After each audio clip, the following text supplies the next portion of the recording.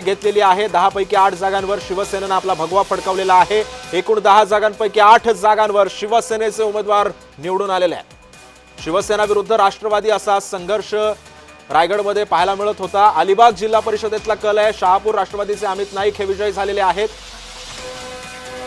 अलिबाग मधला आवास मतदारसंघातून शिवसेनेचे दिलीप भोईर सुद्धा विजयी झाल्याचं चित्र आहे। अलिबाग मधला हा कल आपण पाहतोय। अलिबाग जिल्हा परिषदेतून शहापूर राष्ट्रवादीचे अमित नाईक हे विजयी झालेले आहेत। आवास मतदारसंघातून शिवसेनेचे दिलीप भोईर सुद्धा विजयी झालेले आहेत। अलिबागचा हा कल आहे। अलिबाग जिल्हा परिषदेमधून शहापूरमध्ये राष्ट्रवादीचे अमित नाईक हे विजयी झालेले आहेत। कार्यकर्त्यांकडून जल्लोष साजरा केला जातोय। अलिबाग आवास मतदारसंघातून शिवसेनेचे दिलीप भोईर सुद्धा विजयी झालेले आहेत। एकंदरीत महायुतीला अलिबागमध्ये यश आल्याचं आपल्याला चित्र आहे।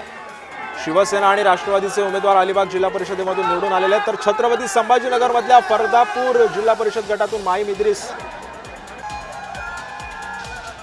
मुलतानी हे सध्या विजयी झालेले आहेत। छत्रपती संभाजीनगरचा हा कल आहे। छत्रपती संभाजीनगर फरदापूर जिल्हा परिषद गटातून माईम इद्रिस मुलतानी हे सध्या विजयी झाले। तर इंदापूर भिगवण पंचायत समितीमध्ये राष्ट्रवादीचा झेंडा फडकलेला आहे। इंदापूर भिगवण पंचायत समितीवरती राष्ट्रवादीच्या हेमलता पद्माकर माडगे या विजयी झालेल्या आहेत। इंदापूरमधून राष्ट्रवादीने झेंडा फडकवला। हेमलता पद्माकर माडगे या विजयी झालेल्या आहेत। तर दुसरीकडे पुरंदर पंचायत समितीतून राष्ट्रवादीच्या गराडे गणातून अर्चना ज्ञानेश्वर कटके या विजयी झालेल्या आहेत। पुरंदर पंचायत समितीमधून दिवे गणातून राष्ट्रवादी काँग्रेसचे अमित झेंडे सुद्धा विजयी झालेले आहेत। पंचायत